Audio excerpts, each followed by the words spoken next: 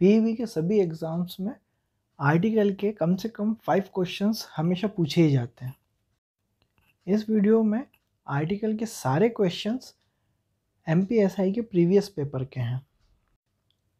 First question है, they were having dash essential debate on the topic of child labour in dash auditorium.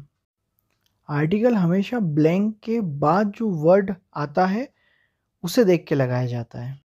Article के questions की खास बात यह है कि हमें आर्टिकल के क्वेश्चंस में कभी भी पूरा क्वेश्चन पढ़ने की ज़रूरत नहीं होती है।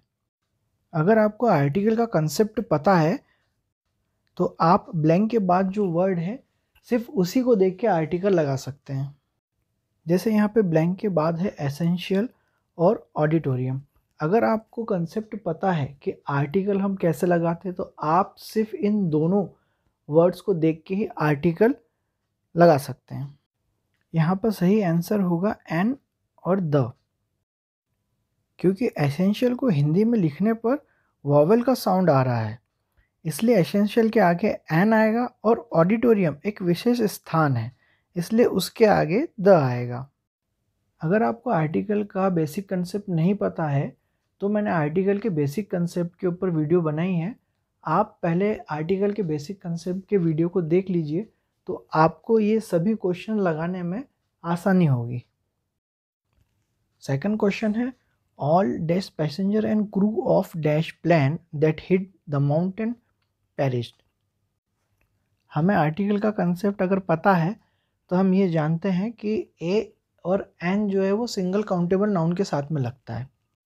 यहाँ पे पैसेंजर एंड क्रू ये दोनों ही प्लूरल वर्ड है इसलिए इनके साथ में द लगेगा।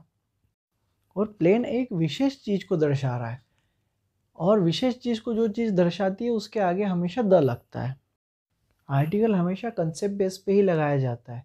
आर्टिकल के क्वेश्चंस में हमें कभी भी पूरा क्वेश्चन पढ़ने की ज़रूरत नहीं रहती है। अगर आपको कंसेप्ट पता है तो आप डायरेक्टली आंसर वर्ड को देख के लगा सकते हैं। यहाँ दोनों ब्लैंक में आंसर द आएगा। थर्ड क्वेश्चन है, dash New York based architectural organisation won dash international design competition. अब न्यूयॉर्क बेस्ड आर्किटेक्चरल ऑर्गेनाइजेशन कोई भी एक साधारण ऑर्गेनाइजेशन है, मतलब बहुत सारी ऑर्गेनाइजेशंस होती हैं जिसमें से ये एक है, तो ये कोई इतनी विशेष ऑर्गेनाइजेशन नहीं है इसलिए इसके आगे हम ए लगाएंगे। और इंटरनेशनल डिज़ाइन कंपटीशन मतलब यहाँ पे कोई पर्टिकुलर एक कंपटीशन की बात करी जा रही है, तो कंपटीशन जो है वो एक विशेषता को दर्शा रहा है इसलिए विशेष चीज़ के आगे हम हमेशा द लगाते हैं। अब यहाँ सवाल उठता है कि यहाँ पर ए ही क्यों लगाया, अगर ये खास चीज़ नहीं है तो यहाँ पे एन क्यों नहीं लगाया।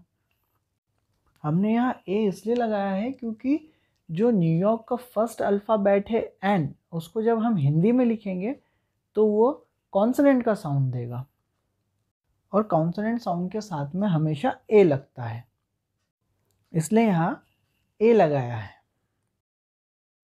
फोर्थ क्वेश्चन सिंगल ब्लैंक का आ गया है। बिल्कुल सिंपल सा कंसेप्ट है। ब्लैंक के बाद जो वर्ड है हम उस वर्ड के फर्स्ट अल्फ़ाबेट को देखेंगे कि हिंदी पर लिखने पर उसमें कौन सा साउंड आ रहा है।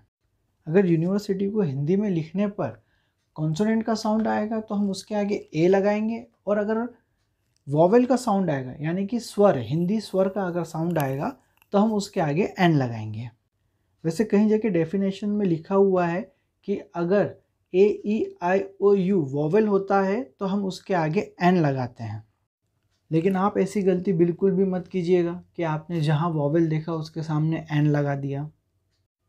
मैंने आर्टिकल के वीडियो में बहुत अच्छे तरीके से इस चीज़ को समझाया है कि हमेशा जब वर्ड का फर्स्ट अल्फ़ाबेट हिंदी स्वर का साउंड देगा तभी हम उसके आगे एन लगाएंगे, इंग्लिश के वॉवेल को देख के नहीं। और अगर आप इंग्लिश के वॉवेल को देख के डायरेक्ट एन लगाते हैं तो आपका आंसर गलत हो जाएगा। जब हम यूनिवर्सिटी को हिंदी में लिख के देखते हैं तब यूनिवर्सिटी का जो फर्स्ट अल्फ़ाबेट कंसोनेंट का साउंड दे रहा है, इसलिए आप यू वॉवेल को देख के एन मत लगा देना वरना वो आपका एन गलत हो जाएगा। यूनिवर्सिटी कंसोनेंट का साउंड दे रहा है फर्स्ट अल्फ़ाबेट, इसलिए यूनिवर्सिटी के आगे ए आएगा। अब हम इस फिफ्थ क्वेश्चन को कंसेप्ट के बेस पे डायरेक्ट करते हैं। फर्स्ट ब्लैंक के बाद में लिखा हुआ है हैप्पीनेस और सेकंड ब्लैंक के बाद में लिखा हुआ है न्यूली। ये दोनों ही हैप्पीनेस और न्यूली दोनों के दोनों अनकाउंटेबल नाउन है और कंसेप्ट के अकॉर्डिंग अनकाउंटेबल नाउन के आगे हमेशा द लगता है।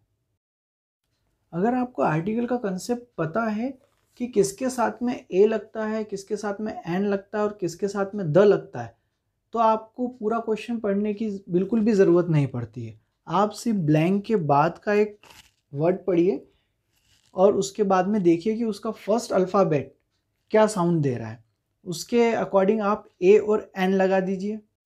और ब्लैंक के बाद वाला वर्ड अगर डेफिनेट है, यानी कि किसी विशेष चीज़, वस्तु या किसी स्थान को बता रहा है, तो उसके आगे द लगा दीजिए। कंसेप्ट पता है तो पूरा क्वेश्चन पढ़ने की ज़रूरत ही नहीं है। अब कंसेप्ट के बेस पे ही हम सिक्स्थ क्वेश्चन को देखते हैं। जैसे ब्लैंक के बाद में यहाँ पे वर्ड लिखा हुआ है और वर्ड जो है उसको हम गिन सकते हैं। अगर वर्ड को हम गिन सकते हैं तो इसके आगे ए और एन लगेगा। और ए और एन कैसे लगेगा? सिंपल सा कंसेप्ट है, आप वर्ड को हिंदी में लिख के देख लीजिए। अगर हिंदी में लिखने पर कॉन्सोनेंट का साउंड आ रहा है तो ए लगेगा, और अगर वॉवेल का साउंड आ रहा है यानी हिंदी स्वर तो एन लगेगा। और सेकंड ब्लैंक के बाद में लिखा हुआ है डिक्शनरी। डिक्शनरी एक विशेष प्रकार की बुक है, मतलब एक स्पेशल बुक है, एक किताब है जिसके अंदर बहुत सारे वर्ड मीनिंग होते हैं, यानी कि एक वो स्पेशल चीज़ है। और किसी भी स्पेशल चीज़ के आगे हमेशा द लगता है। जब हम वर्ड को हिंदी में लिख के देखेंगे तो वर्ड कॉन्सोनेंट का साउंड देगा, इसलिए हम वर्ड के आगे ए लगा देंगे। और डिक्शनरी जैसे कि हमको पता है कि एक स्पेशल किताब है, तो उस स्पेशल बुक के आगे हम द लगा देंगे। तो इसका सही आंसर हो जाएगा ए और द। डायरेक्ट आंसर लगाने के लिए आपको ए एन द का कंसेप्ट समझना बहुत ज़रूरी है। बिना कंसेप्ट के आप डायरेक्ट आंसर नहीं लगा पाएंगे। इस वीडियो को देख के आप लोग तो बोलोगे कि भैया सर ने कहा था ब्लैंक के बाद का वर्ड देख लो और डायरेक्ट आंसर लगा दो। तो आप लोग क्या करेंगे, वर्ड देखेंगे, वर्ड के आगे अगर वॉवेल है फर्स्ट अल्फ़ाबेट में तो आप एन लगा देंगे और फिर आके बोलेंगे दोस्तों से कि पेपर कैसा गया, क्या लगाया आर्टिकल में, तो बोले भैया हमने तो वॉवेल देखा और एन लगा दिया, बिंदास। वो दरअसल सफारी जैसा ही हाल हो जाएगा कि आपने तो बोल दिया बिंदास, प्लेनेट से प्लेनेट टकरा दिया, 2+3 को आपने 10 बना दिया, 9 बना दिया, 0 मिलेगा भैया। डायरेक्ट आंसर लगाने के लिए हमेशा मैं बोल रहा हूँ कि आपको आर्टिकल का कंसेप्ट आना बहुत ज़रूरी है। बिना कंसेप्ट के आप डायरेक्ट आंसर नहीं लगा पाएंगे। और अगर आपको एक बार अगर आर्टिकल का कंसेप्ट पता पड़ गया तो आप कभी भी पूरा क्वेश्चन नहीं पढ़ोगे, इस बात की मेरी गारंटी है। आर्टिकल का मैंने बहुत ही अच्छा वीडियो बनाया है, उसमें सारे कंसेप्ट बहुत ही अच्छी तरीके से बताए हैं कि आपको ए और एन कैसे लगाना है और द कैसे लगाना है। अगर आपको कंसेप्ट नहीं पता है और अगर आप क्वेश्चन को डायरेक्ट लगाना चाहते हैं तो आप एक बार आर्टिकल के वीडियो को ज़रूर देख लीजिए, जिससे आपको डायरेक्ट आंसर लगाने में बहुत हेल्प होगी। क्योंकि एग्ज़ाम में हमारे पास में इतना सारा टाइम नहीं होता है कि हम पूरे क्वेश्चन को पढ़े, उसको समझे, उसके बाद में आंसर दें। हमें तो सिर्फ कंसेप्ट पता होना चाहिए और कंसेप्ट के बेस पे आंसर लगाना चाहिए, तभी हम टाइम को भी कवर कर पाएंगे और ज़्यादा से ज़्यादा क्वेश्चंस को भी अटेम्प्ट कर पाएंगे। इसलिए आप आर्टिकल के कंसेप्ट को जानिए कि आर्टिकल को डायरेक्ट कैसे लगाया जाता है। अब जैसे 7th क्वेश्चन को आप जब पढ़ेंगे पूरा एग्ज़ाम में तो आप क्या पढ़ेंगे, द एम्प्लॉयज़ वर, तो आप आगे जाओगे ही नहीं। आपने एम्प्लॉयज़ पढ़ा, अगर आपको कंसेप्ट नहीं पता है तो आप एम्प्लॉयज़ पढ़ के क्या बोलेंगे, अरे यार एम्प्लॉयज़ है मतलब बहुत सारे लोग, ये सिंगुलर काउंटेबल नाउन नहीं है, ये प्लूरल हो गया, तो प्लूरल हो गया तो इसके आगे अपन द लगाएंगे। ऐसा नहीं होता है, ये गलत हो जाएगा। क्योंकि एम्प्लॉयज़ वर्ड जो है वो ब्लैंक के पहले का वर्ड है। हमें ब्लैंक के पहले के वर्ड से कोई मतलब ही नहीं है, हमें ब्लैंक के बाद के वर्ड से मतलब होता है। अब जैसे अगर हम ब्लैंक के बाद का वर्ड पढ़ेंगे तो ब्लैंक के बाद का वर्ड क्या लिखा हुआ है, इम्पॉर्टेंट। और जब इम्पॉर्टेंट को हम हिंदी में लिखेंगे तो हिंदी में लिखने पर इम्पॉर्टेंट जो है वो एक स्वर का साउंड देगा, मतलब हिंदी का जो स्वर है उसका साउंड देगा। और सेकंड ब्लैंक के बाद में लिखा हुआ है ऑडिटोरियम। ऑडिटोरियम जो है वो एक विशेष प्लेस है, मतलब एक विशेष स्थान है, और विशेष स्थान के आगे हमेशा द लगता है। इम्पॉर्टेंट को हिंदी में लिख के देखा तो हिंदी स्वर का साउंड आया, तो हम इम्पोर्टेंट के आगे एन लगा देंगे, और ऑडिटोरियम एक विशेष स्थान है इसलिए उसके आगे हम द लगा देंगे। अगर आपको समझने में कोई भी दिक्कत जा रही है तो नीचे पूरा का पूरा एक्सप्लेनेशन हिंदी में है, आप उसको देख के आसानी से समझ सकते हैं। वीडियो को पॉज कीजिए और देखिए कि इसमें लॉजिक क्या लगाया है, किस कंसेप्ट की वजह से हमने एन लगाया है, किस कंसेप्ट की वजह से हमने ए लगाया है, किस कंसेप्ट की वजह से हमने द लगाया है। ये सब आपको नीचे एक्सप्लेनेशन में मिल जाएगा। अब आप कंसेप्ट का टेक्निक जान गया है, अब आप ब्लैंक को देख के डायरेक्ट फायर कीजिएगा, और डायरेक्ट फायर करते से कट्टा आपके हाथ में फट जाएगा। क्यों? क्योंकि आप देखेंगे फर्स्ट मतलब 1, और हमें तो सर ने बताया है कि जिस चीज़ को हम काउंट कर सकते हैं मतलब सिंगल काउंटेबल नाउन, उसके सामने हम ए या एन में से लगाएंगे। फर्स्ट को हिंदी में लिख के देख लो, हिंदी में लिख के देखा तो भाई ये कॉन्सोनेंट का साउंड दे रहा है तो हमने ए लगा दिया, तो ये गलत हो जाएगा। कहा है कि भैया जो फर्स्ट है वो ऑर्डिनल नाउन के अंदर आता है, और ऑर्डिनल नाउन के अंदर जो भी चीज़ आती है जैसे फर्स्ट, सेकंड, थर्ड, इसके साथ में हमेशा द लगता है। तो यहाँ पे फर्स्ट के साथ में ए और एन नहीं आएगा, यहाँ पे क्या आएगा? द आएगा। और अगर आप ऑप्शन को देखोगे तो ऑप्शन के अंदर सिर्फ एक ही ऐसा ऑप्शन है जिसमें पहले आगे में द लिखा हुआ है, तो आपको सेकंड ब्लैंक देखने की भी ज़रूरत नहीं पड़ेगी अगर आप ऑप्शन की तरफ नज़र भी डालते हैं तो, क्योंकि ऑप्शन में सिंगल द है तो आप सिंगल द को लगा दीजिए, आपका आंसर ऑटोमेटिकली सही हो जाएगा। और सेकंड ब्लैंक के बाद का अगर आप कंसेप्ट देखते हैं तो सेकंड ब्लैंक के बाद में क्या लिखा हुआ है? डिडक्शन। और डिडक्शन को आप हिंदी में लिख के देखोगे तो डिडक्शन जो है वो कॉन्सोनेंट का साउंड देगा, तो कॉन्सोनेंट का साउंड देगा इसलिए हम उसके आगे ए लगा देंगे, तो हमारा सही आंसर हो जाएगा द और ए। अब भैया जी 90वें प्रश्न में भी 8वें वाला प्रश्न का खेल है। कहा है कि ब्रीफ तक तो ठीक था, लेकिन जहाँ आप 2 देखोगे वहाँ दन्ने से फायर मारोगे फिर से, और क्या कर दोगे? 2 को हिंदी में लिख के देखोगे। भैया 2 तो काउंटेबल नाउन है, तो काउंटेबल नाउन को आपने हिंदी में लिख के देख लिया। अब 2 को हिंदी में लिख के देखा तो ये जो है कंसोनेंट का साउंड दे रहा है। अब कंसोनेंट का साउंड दे रहा है तो आपने दन्न से ए लिख दिया, और उतने ही दन्न से आपका आंसर भी गलत हो जाएगा। फर्स्ट ब्लैंक के बाद में लिखा हुआ है ब्रीफ, तो आप ब्रीफ को हिंदी में लिख के देखोगे, और ब्रीफ को हिंदी में लिखने पर कॉन्सोनेंट का साउंड आएगा तो आप उसके आगे ए लगा दोगे।